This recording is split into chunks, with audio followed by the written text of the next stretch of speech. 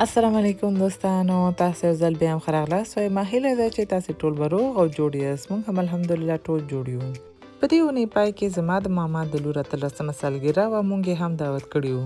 نو لکه څنګه مې چې مخکې هم ویلي وو چې موږ یو بل قرضونه یو څه ناڅه ځان سره وړو. نو هلته وړلو دپاره مې پلان نیولی وو چې د چرګ د غوښې کوبیده کباب جوړ کړمه. نو راځئ چې دا وړوکی ولاګ په ګډه سره وګورو.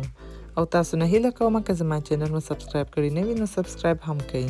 د دې لپاره مې اول غوښه لږه میده کړله تر څو مکسر کې په اسانۍ سره مکس شي. ورپسې مې بیا د غوښه په یو مکسر کې واچوله او مکس مې کړ تر څو د کوفتې په شکل کې میده شي. غوښه مې چې مکس کړله بیا مې دا په یو کاسه کې واچوله او بیا مې یو دانه غټ پیاز، 15 پلې هوږه، لږه تازه دڼیا، تازه سره مرچک چې تریخ نه دی ولې د کباب خوند ورسره ډېر ښه راځي، او شنه مرچک مې هم مکس کړل او دا ټول مواد مې سره وزبېښل تر څو اوبه ترې لاړ شي او سبزیجات مې د غوښې سره ګډ کړل. ورپسې مې دا ټول سبزیجات د غوښې په سر واچول. بیا مې 2 قاشقې مالګه، تاسې کولی شئ مالګه د خپلې خوښې په مطابق هم پکې واچوئ.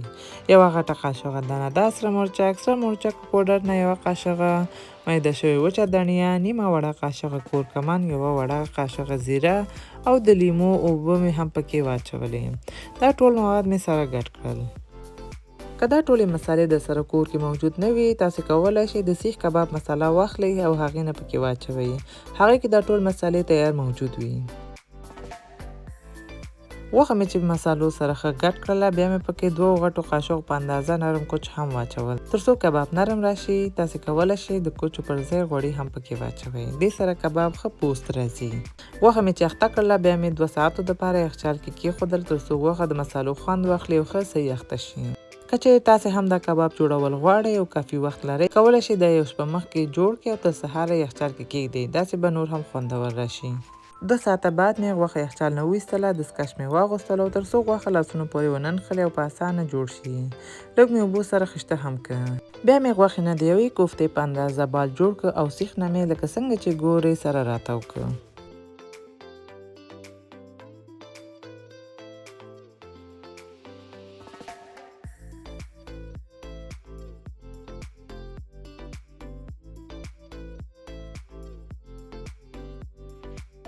کباب مې چې جوړ کړل بیا مې کړاهي کې د کباب سره کولو لپاره غوړي واچول او پرې مې ښودل چې ګرم شي. مخکې له دې چې کباب سره کړم اول مې چپس سره کړل، ځکه چې وروسته له کباب سره کولو نه د غوړیو رنګ او خوند بدلیږي. د دې لپاره چې غوړي ضایع نه شي ځکه زه اول چپس سره کوم او بیا په هماغه غوړیو کې کباب سور کوم، ځکه چې که دا غوړي پاتې شي هسې هم بل شي کې نه کارول کېږي. نو همدې لپاره ما هم نیم پاکټ چپس په دې غوړیو کې واچول او سره مې کړل. چپس چې سره شول بیا مې وویستل او په یو کاغذ باندې مې کېښودل. بیا مې په هماغه غوړیو کې کباب هر اړخ نه سره کړل تر څو هر طرف نه پوخ شي او خام پاتې نه شي.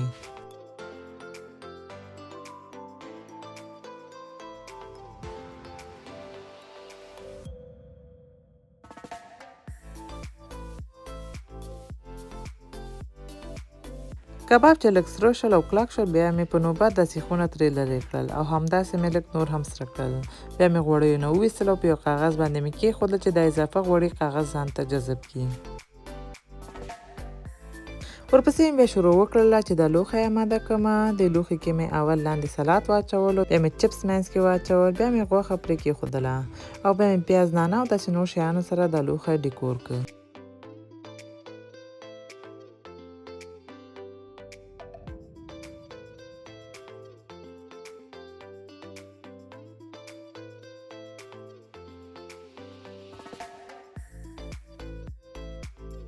کباب مې چې سره کول نو منځ کې مې ځان او ماشومان هم تیار اماده کړل، ځکه چې وخت را سره کم پاتې و. نو کوشش مې کوه چې ډېر ناوخته نه شي، ولې بیا هم یو څه ناوخته شو او د ورختۍ له وجې نه رانه هیر هم شو چې ډالۍ تاسو ته وښیمه چې یوه جوړه جامې سره د جولري مې ورته اخیستې وه.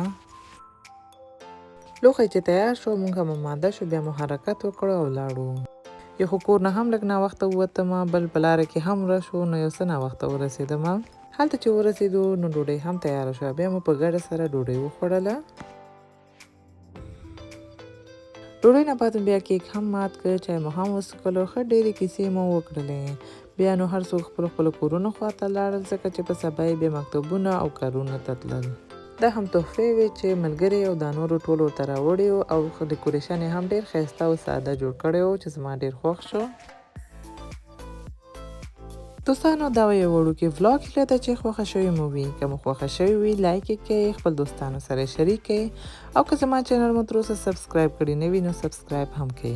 تاسو ښه وخت غواړم. په ځان ډېر زیات خیال ساتئ. ښه وخت ولرئ. الله پامان.